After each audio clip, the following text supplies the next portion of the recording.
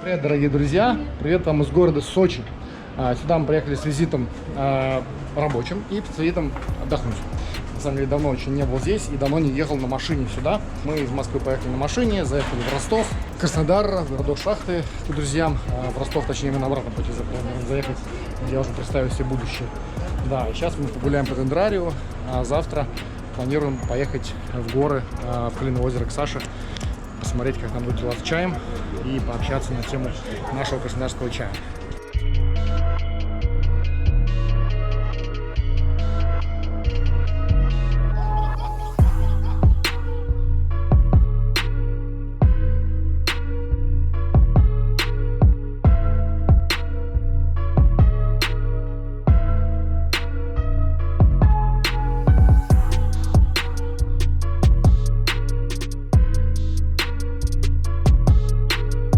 Последний раз я был в Дендрарии, наверное, лет так, 15 назад. Интересно, что поменялось. В принципе, пока сверху ничего не особо не поменялось. Посмотрим. Приятный большой парк, где очень много редких для России, прежде всего, видов деревьев и растений. Вот, я вообще очень люблю все такое природное, красивое и ландшафтные всякие истории, поэтому да, гуляем. Я думаю, что, кстати, может быть, даже где-то чай растет. Точно не помню, не буду придумывать. Но в любом случае очень классно. Будете, если в Сочи или на юге России, обязательно выезжайте. Сильнейший вид еще открывается сверху. Здесь такая один из самых высоких холмов в Сочи.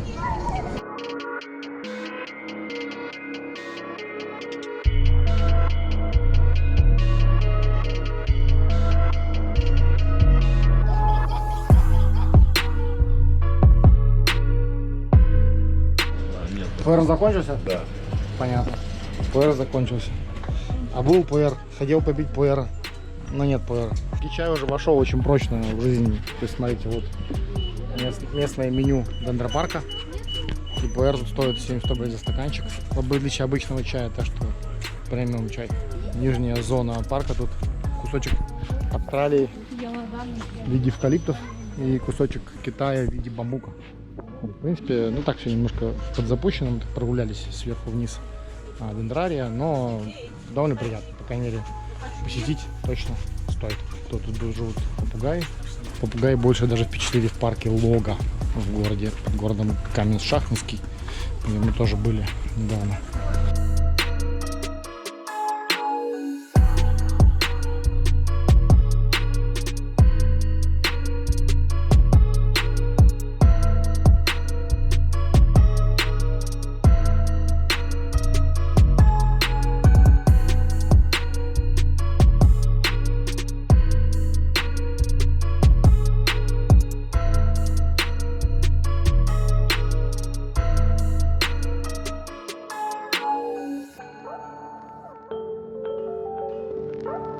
Одна из достопримечательностей Дендрария, сейчас мы в Нижнем уже парке, это безумное количество винерных лавок.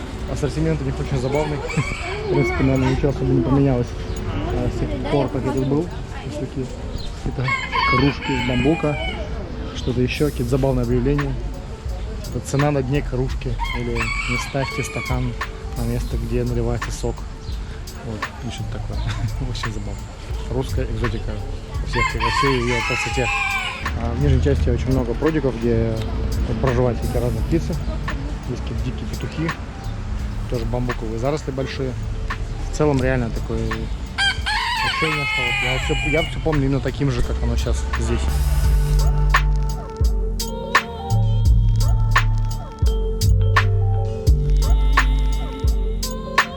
А тут, кстати, пуэра нет, только чай в ассортименте. Видимо, это была некое самовольство.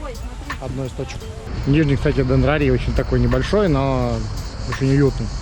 Тут, да, больше прудов.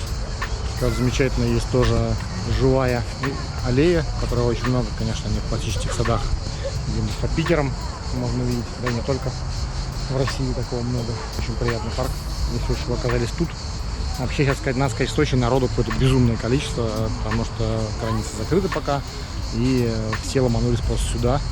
То есть куча машин, невозможно нигде запарковаться, но в целом, если так говорить про город, то, конечно, очень сильно поменялся. Я тут только так проездом был, когда ездил прошлый раз по чайным делам, и зимой был еще в Краснополяне как-то, вот, очень долго не был. Но в целом изменения присутствуют, но, конечно, хотелось бы, чтобы этих изменений было еще больше.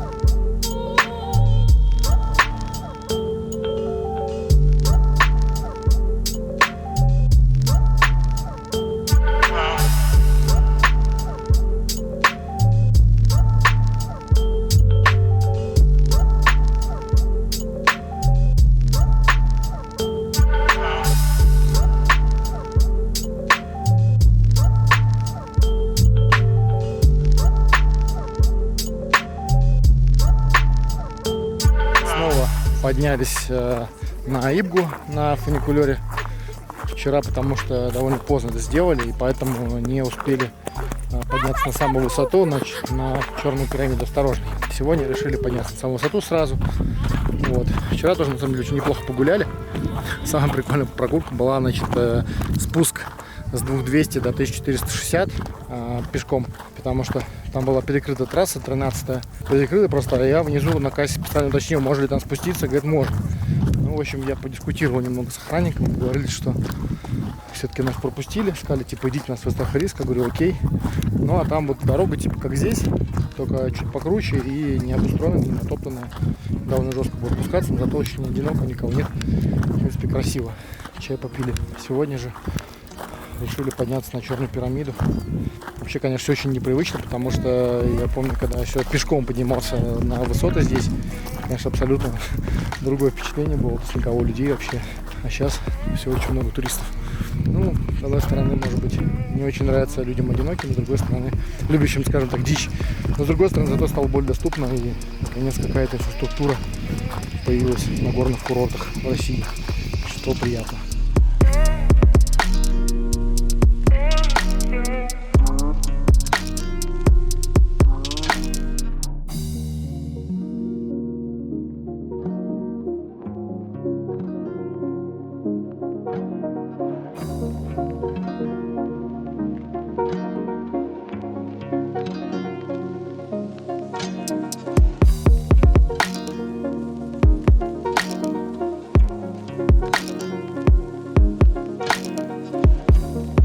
Решили на пару дней, раз уж мы в Сочи, заехать в Красную Поляну. Я тут не был очень много лет, на самом деле, по-моему, лет 13. Это не было последней Олимпиады. И надо сказать, конечно, это что-то. То есть вообще в высоте построить какой-то город. Ну, для многих, может быть, это не новость, но я, так как ездивший сюда с 2000 года, то есть уже больше 20 лет назад, получается, здесь был первый раз, конечно, поменялось тут очень много. Последние несколько поездок было. Это отели, мэриоты, ну, видимо, все наследие Олимпиады. Плюс, надо сказать, что даже летом тут довольно много людей. Вот. Ну, это еще, я думаю, сказывается то, что сейчас никто не может ехать за границу, но, тем не менее, прикольная инфраструктура организована. Сейчас мы пробуем подняться на фуникулер. Тоже показать. Но если кто-то не был, как же тут летом. Прежде всего, хочется посмотреть новые экотропы, которые сделали, собственно, в Высоке. Тоже новый фуникулер, на котором я никогда не поднимался, потому что тут несколько стало отдельный подъемник для экотроп. Подниматься один на цирке на высоту 2200 почти до перевала, поэтому будет интересно, я думаю.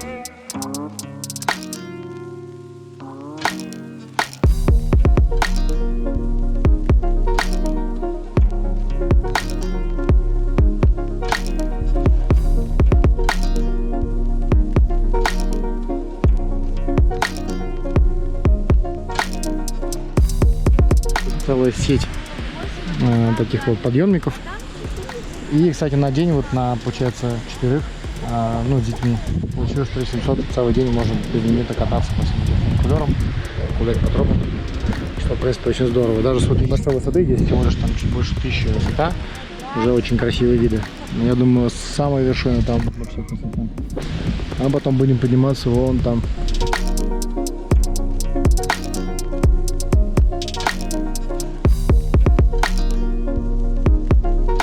больше всего нравится, то что действительно, похоже, сделали из Красной Поляны такой вот, ну, скажем, мирового уровня природный курорт. Классные такие тропы проложили, очень много людей. Вот, конечно, может быть, для, я думаю, местных жителей некоторых и других, кто любит более дикие, скажем, места, это не тот самый случай, куда хочется пойти погулять. Потому что я лично, когда хожу в туристические походы, я привык, конечно, более безлюдные места. Но для такого софт-туризма, такой легкий хайкинг, погулять по горным тропкам, насладиться природой, чистым воздухом очень даже хорошо. Я помню, как мы поднимались на Ибгу еще в лоб, без тропы. Вот, это тоже был достаточно серьезный экспириенс. Сейчас же все это можно сделать очень легкой такой походкой.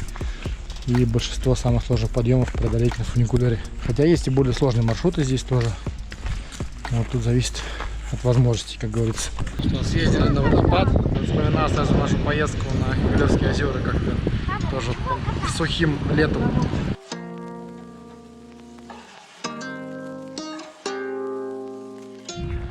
Мы решили пройти по маршруту номер 13. Это такой, на карте он обозначен как пеший для бывалых туристов. Мы бывалые туристы, поэтому мы решили спуститься.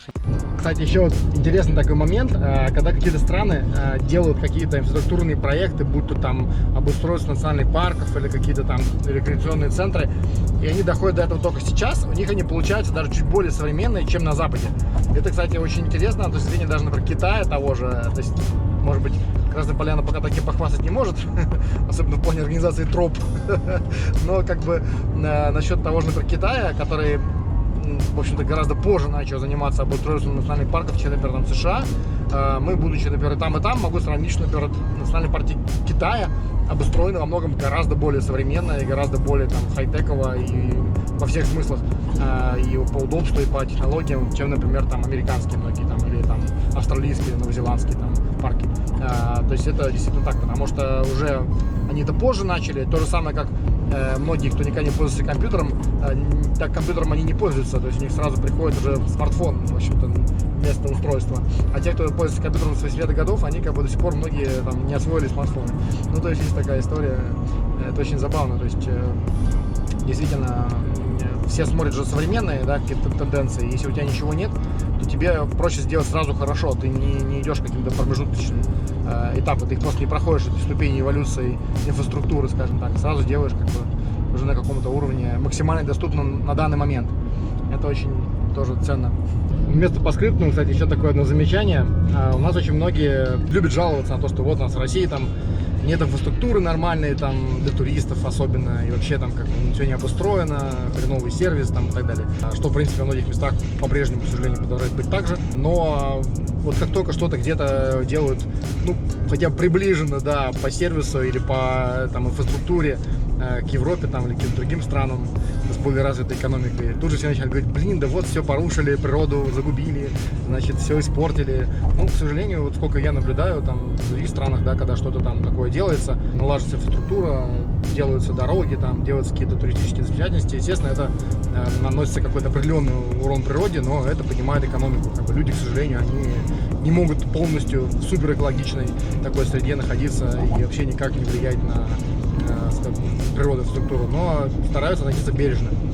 Но, собственно, мне вот кажется, что все-таки должен быть какой-то баланс, то есть тут есть куча диких мест, куда всегда можно пойти, там, вот, пожалуйста, здесь вот тоже подъем на Ибгу дикий, вот так и остался, я смотрю, даже дорога это есть, когда мы ее проезжаем, я эти места очень помню хорошо. В общем-то, никто не мешает наслаждаться той же дикостью, которая была. Вот. Но при этом есть альтернативы для тех, кто этой дикостью, может, не успевает насладиться или не может по каким-то причинам, или хочет какого-то другого уровня сервиса и так далее.